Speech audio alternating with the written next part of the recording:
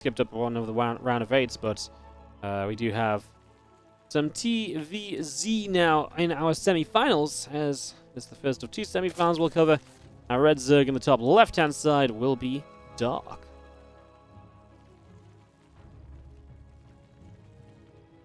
Bottom right, our blue Terran is Maru. As we figure out what we're going to get up to here over the course of this best of 3. Maru and Dark, man. I mean, what a matchup. Talk about 2 titans of the Korean scene, and, well, these 2 absolutely come to mind. Dark, the best Zerg to be doing it right now in Korea. Maru, the best Terran to be doing it right now in Korea. Then on the other side of the bracket, you've got Hero, the best Protoss to be doing it right now in Korea. I mean, yeah, fair to say this first week of the KSL is stacked to the brim. So yeah, Maru had been doing this quite a bit, by the way. The 2 barracks, the Reapers on the opening on Grezvan. He did this in the WardiTV Korean Royale qualifiers, so we saw that the other day. That's something he was doing then.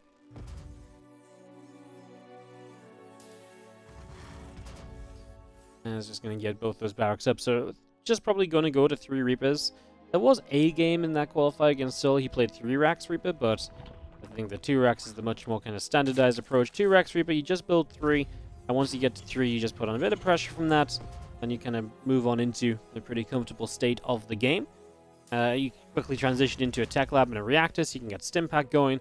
Obviously, it's good on this side of the map because the reactor and tech lab are on the safe side of the wall off, so you can protect those quite easily. It's very hard to actually lose them, and so you can get along into the next part of your game while the Reapers keep map control without too many issues.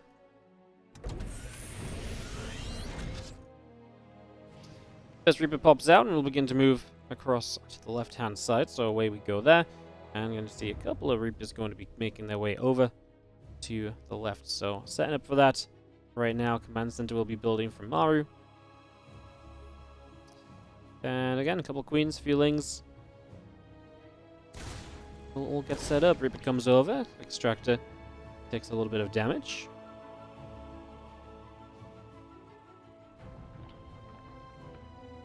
Let's see if we can delay the 3rd hatchery. That's always a win here when you're playing any sort of Reaper-based opening, because you can typically keep the 3rd hatch from going down a very long time, as long as you don't let it go down initially, right? So, just kind of trying to catch the drone coming back out of the extractor here, but so far hasn't been able to, although the extractor is still building.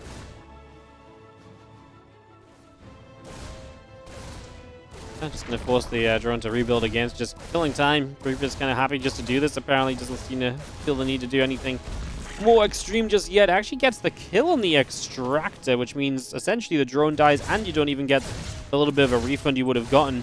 Plus all that time spent just cancelling the extractor too. And that's a little bit of a win for you from Maru.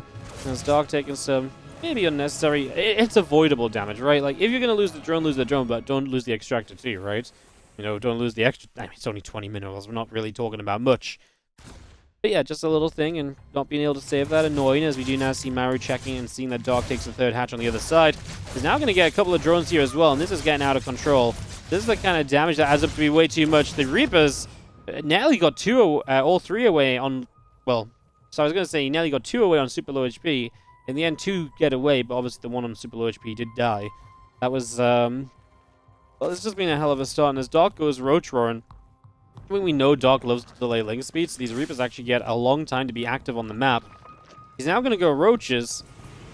I almost feel like with this start, Dark might just make Roaches and just take them across the map. I know Dark sometimes does this anyway, but maybe it's not that brave of a prediction, but it just doesn't feel like a good start to kind of build a few defensive Roaches and start macroing.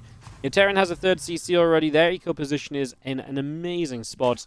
Meanwhile, you're sitting at the equal worker count. Your 3rd hatchery was delayed. You've, you know, just taken a bunch of damage early. Wouldn't be shocked to see him build Roaches and then Lings and just Roach Ling all in. I think he's building a couple of drones though, so that obviously suggests he's not all about unit production, but maybe those 2 are the last.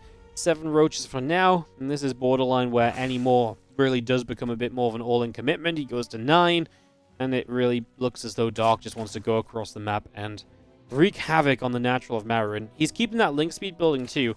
He could cancel link speed to afford a few more Roaches or a couple of Ravagers. The link speed suggests he really does want to just Roach Ling all in, because obviously He's going to get those Lings up as a follow-up. They're going to be reinforced once they cross the map very quickly. So if the Roaches can initially break into the base, the Lings can then flood in to follow up after, and they can act as a buffer to keep the Roaches alive too. A lot of benefits to that, as ideally this Reaper doesn't get to see too much here. And honestly, it doesn't. So the Reaper goes down. The Roaches are halfway across the map. Maru is on Stim Pack, so he has Stim to defend this, but it is just going to be mostly Marines. The Medevac is out to the left, so we don't even have that healing potential. Now, Maru now sees this as the third base will be the spotter for it. Like I say, the Medevac not at home to heal up, but will be able to provide some aggression on the other side of the map. Roaches and Ravages. This is one of the few scenarios where keeping this Tech Lab alive is going to be very difficult. Obviously, fortunately, Stim has already been done. This is a later attack, and so Combat Shield is going to be the exposed upgrade. Not quite as big of a deal going down as Stim. We lose the Reactor too, and Maru's just completely given up the natural. He says, right now I don't have enough to fight you. But given a little bit of time, I should be okay. Widow Mines across the map get 4 kills initially. We've still got 1 left to go. And it looks like the Medevac will go down, but that extra one will do some damage as well. You're forcing Spore Crawls to build his detection as well, because Dark Soul in, he doesn't have a lair. So now you've got even more drones going down to become Spores. Dark needs to kill 15 workers to even out this game. And yes, right now Maru's on 1 base, but it's just a matter of time before 1 base Maru actually gets enough units up that are powerful enough to trade well enough against Dark's army. Loses the call down supply depot though, and that's another actual pretty major pickoff that Dark finds here. So going right for Dark in a lot of ways, as he really does just nuke down this natural expansion. This Overlord would deny high ground vision. The Medevacs eat some of the corrosive vials, but not all of them. As Lings are now going to start running up here, the SCVs will become the wall off. Obviously, Marines should be able to trade well against all of these Lings. It's just a question of keeping the Marines alive long enough to deal that damage. Good split away from the Biles. Now the Lings are gone. The Ravages are going to be a little bit exposed. There's not a single Roach remaining. So all of these Ravages are quite flimsy. They deal high amounts of damage, but they take a lot of damage too, right? And they don't have a lot of HP. And as they dive in for the Siege Tank, a lot of them will go down. Dark loses a ton of units at the end. Gets the tank, but was that worth it? Because it feels like he could have gotten away here with a lot of Ravages left alive, and instead he loses every single one. That Bile hits the Medevac, but not enough for the kill. And now the Marines should be able to relocate back, and everything should be able to join back up together again. Our Orbital Command moves over, going to land onto the natural. A few mules going to come down onto that natural expansion too, so just getting all of that brought down. Again, drones coming up, SCVs, tank, Marines. Obviously here, from here, Dark drones. And he did kill a lot of workers, but Maru's got a strong army. Okay, he has no combat shield, but he also has triple CC to rebuild the economy with. And Dark is techless. Like, no lair. It's pure, slow Roaches, and speedlings. You know, it's like, cool. You know, the good news, Dark, you've got Ling speed. You know, that's not usually good news. That's just usually an expectation, right? And he's still very slow to tech up as well. Obviously, he was very committed on the drone count. His drone count was very low during this. So, you know, like I say, it was absolutely a commitment that was made by Dark. And he's now paying the repercussions of that. Paying the price. Maru has a drop up to the top side. Drop's obviously a fantastic way to deal damage in these scenarios where you've got low numbers of units. The Marines can trade very well. And again, Dark's units are not going to be extremely mobile. The Lings are. The Roaches will not be. So sometimes just getting in position to clean up these drops is going to be a major issue of its own.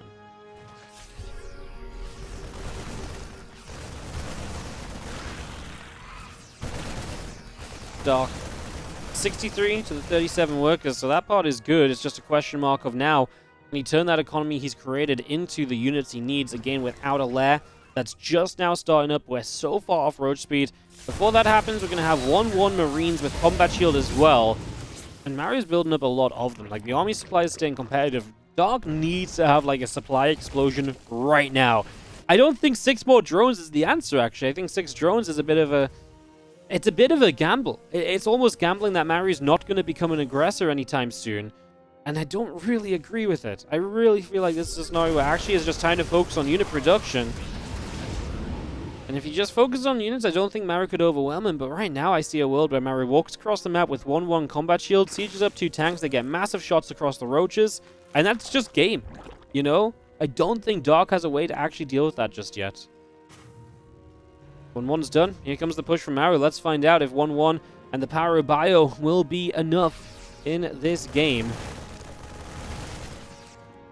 Getting rid of a couple of the creep teamers to start us off here, and obviously Dark needs to figure out how and when he wants to fight in. Tanks don't even siege just yet, so They are just going to go chasing forward normally. The Marines will split again with that combat shield and the 1-1. They will trade pretty well, and quite frankly, there's just not enough roaches from Dark.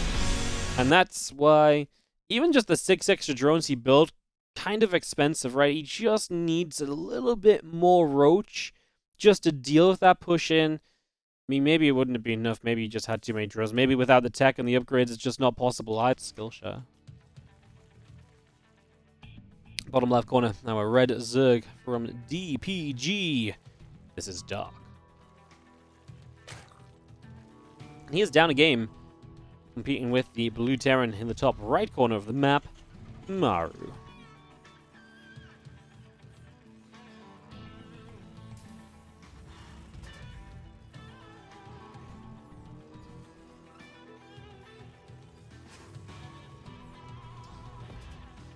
So, game number 2, we get this underway. As our Overlord of Dark begins to move out towards the upper right-hand side of the map. It's on a little bit of a journey, so Overlord on a bit of an adventure. Out to the top side. Away we go.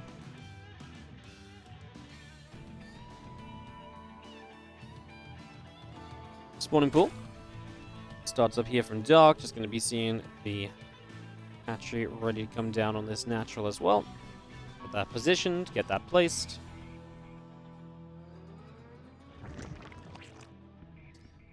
And yeah, obviously nothing too wild beyond the pool first. Maybe some heavy aggression early from Dark. We'll see if he wants to really take advantage of the fact that he's playing this pool first, or if he's just going to sort of play a bit passively beyond this. There are options, of course, when you kind of open with that, so yeah, we'll see what he does with it. Obviously, with Dark especially, you're kind of oftentimes expecting to see a very, aggressive kind of style. Dark will be aggressive. That's kind of, just one of the big ways in which Dark plays a lot of the time, so that's not really a surprising fact. Unless these feelings do begin to move out across the other side. So for now, just the pool first, the Ling action. Like I say, we'll see if anything in particular will follow this up alongside it.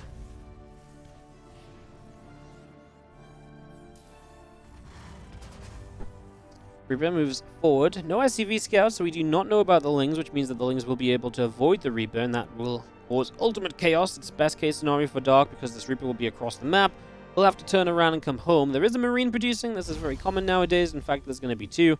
And with a few SCVs, that will be the defense against these Lings until the Reaper makes its journey back to the other side and returns home to try and help with the defense. Like I say, there's a few SCVs getting pulled. A couple Lings peel back to stay onto SCVs that are building things. Good micro, keeping that Marine around. And the Lings now will be able to get rid of one of these Marines, but that's everything cleaned up. It's a big SCV pull at the end, maybe even an overpull, you could say. Don't know if we necessarily needed to pull everything all at once, but, well, it gets the job done, I suppose. Like I say, Maru just minimizing damage off of these early stages, and well, now a factory landing over onto the tech lab. Barracks will drop down too. Cyclone's on the way up. And Ling speed, a third hatchery. Obviously, Dark trying to move on from the fact that this was just that pool first opening. Trying to get everything moving as it should. To just keep this being now a fairly normal game.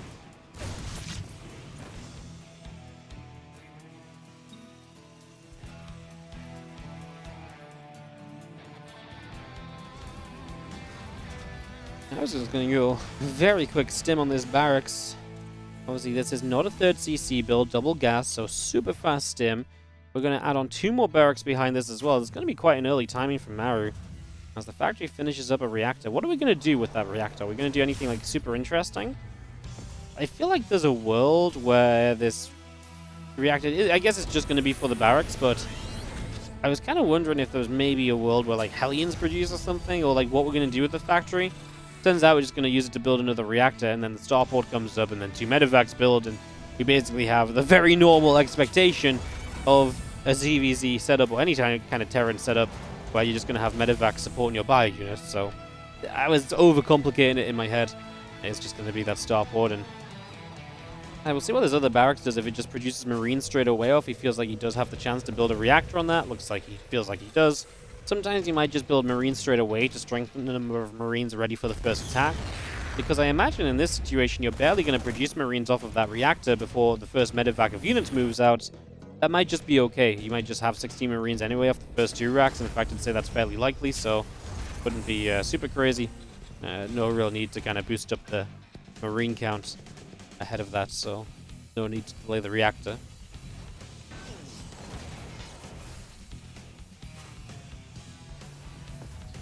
Stim will complete, and obviously you can go into combat shields too, as you will get ready to go across the map.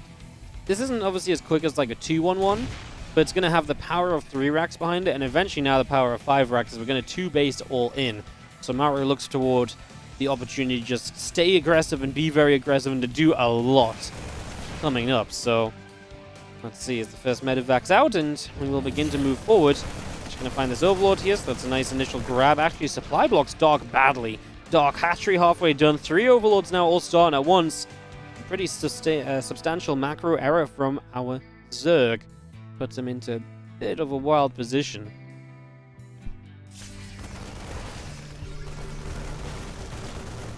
Just come through looking for another Overlord. Transfusions will go down to protect that.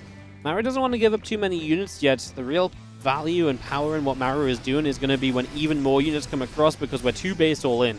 So losing too many units initially with that like trading out super efficiently is really just bad for you. Because then you're giving the Zerg away to trade against a lower unit count, and generally the Terran units are going to be better when more of them arrive. So yeah, it's going to get to this point where even right now I think Dark might just be walking into a death trap, because he's starting upgrades, he's starting, you know, drones still, he's building a 4th hatchery.